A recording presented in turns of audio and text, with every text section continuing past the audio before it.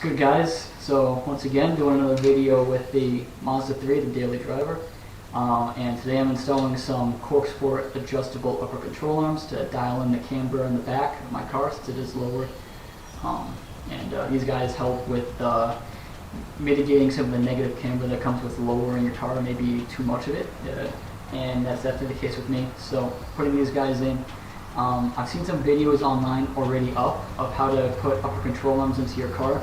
So I'm not going to be talking too much about this, and I just really want to make this video to show you guys how to do the hard side of the car. So for those of you that don't know, there is two sides obviously to install your upper control arms into this car. One side is very straightforward, and it's the side I see people doing online for tutorials. And there's another side in some of these cars that have a bracket that protects some electrical lines, and that bracket gets in the way of the bolt. So for the inboard side of the upper control arm, so it gets in the way and you can't pull it out. There is a way to get it out though, and I wanted to kind of show you guys how to do that. So let's go.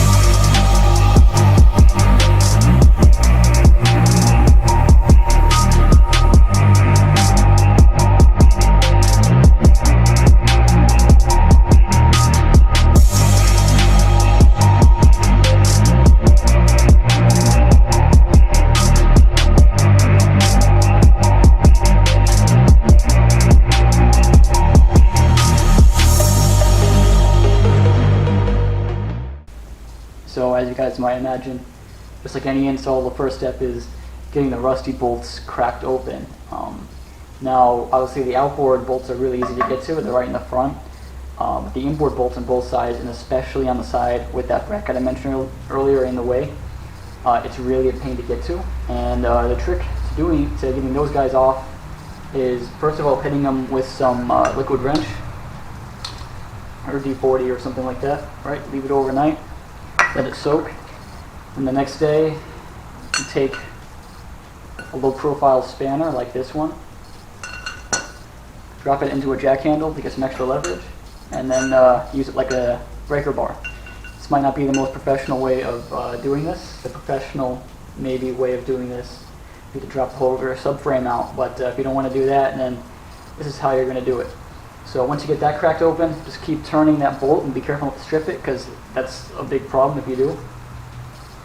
Once that guy's backed out completely and it's kind of loose, then you're going to go ahead and completely remove the bolt for the outboard side of the control arm. I'll show you that here. So as you guys can see here, I've got the outboard side bolt here completely removed, so it's nice and loose, and I have loosened up, if you guys can see the bolt in there. There's a bolt right here.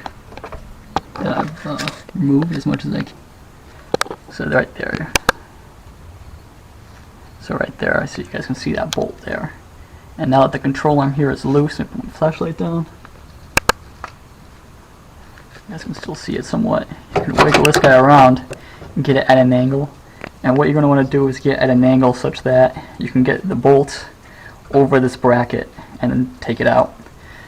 And then from there, when we put the new one in, we're going to try and put the new control arm in place and then kind of put it at an angle so we can get the bolt through, put it straight, and then get it through into the nut. So it's going to be kind of 2 steps to get that in, but after that we should be good to go and being able to set our camber to get to an alignment place.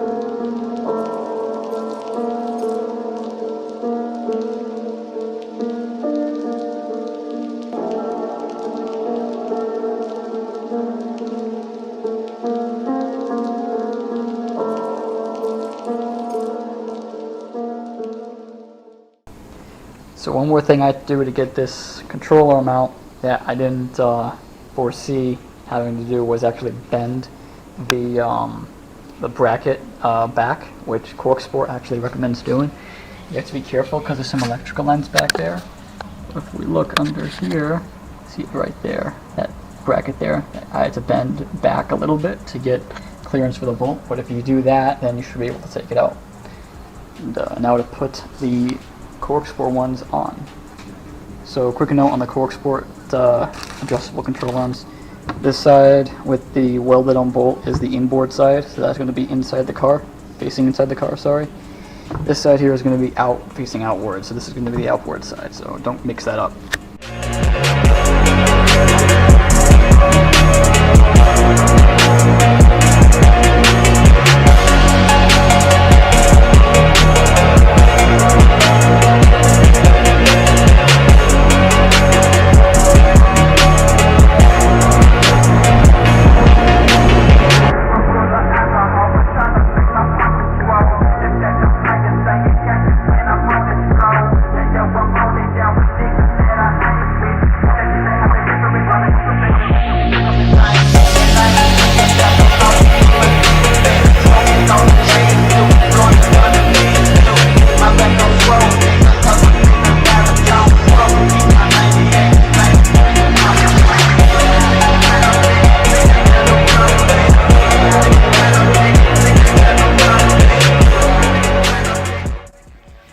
So just wrapped up both sides with the control arm install. See here, this side is much easier to get to. Goes up here, we'll focus. You have all kinds of clearance up there, whereas on the other side there was that bracket in the way. But if you take your time and you pry the bracket out of the way a little bit and you wiggle around the control arm, you can install these adjustable control arms on both sides. And as far as torquing down the bolts go, from what I remember, both bolts are torqued between like 60 to 75 foot-pounds. So torque them down somewhere in that range and you should be good to go. Take it to an alignment place that does customized performance alignments. Get yourself a nice alignment and go rip the streets without having to worry about wearing your tires out.